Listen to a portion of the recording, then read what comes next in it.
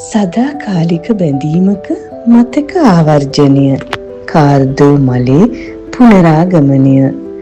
ඉතාලියේ ඈත කඳුකරේ හැදෙන ඕනෑම දේශගුණික තත්වයකට ඔරොත්තු දෙන මේ කාර්දෝ මල දෙස බලන්න.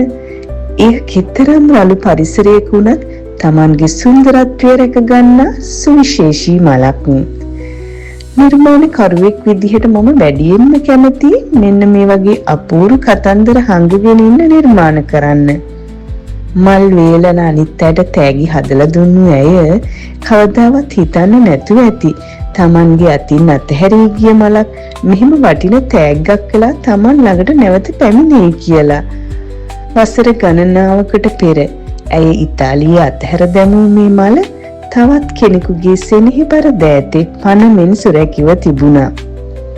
මේ නිර්මාණය ඇතුලේ තවත් සුවිශේෂී මතකයක් තියෙනවා. ඒ තමයි මේ පුංචි කුචිනෙලා පෙන්ඩන්ට් එක. පවුලේ චූටි පුතාට මුලින්ම පැලැන්දූ මේ ආදරණීය සිහිවටනය අද ඇගේ පුංචි දියණිය වෙනුවෙන් තෑගි කරන්න ඒ සහෝදරීන් තීරණය කළා.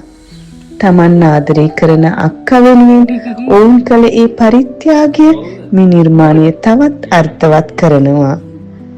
අපේ ජීවිතවල තියෙන බැඳීම් හරිම පුදුමාකාරයි. මොනතරම් කාලය ගෙවුණත් ප්‍රශ්න ආවත් ඒ සම්බන්ධකම් කවදාවත් දි รา පත් වෙන්නේ නැහැ. කවදාවත් නොහිතපු වෙලාවක නොහිතපු විදිහට ඒ ආදරය අලුත් වෙලා අපේ ජීවිතේ හොයාගෙන එනවා.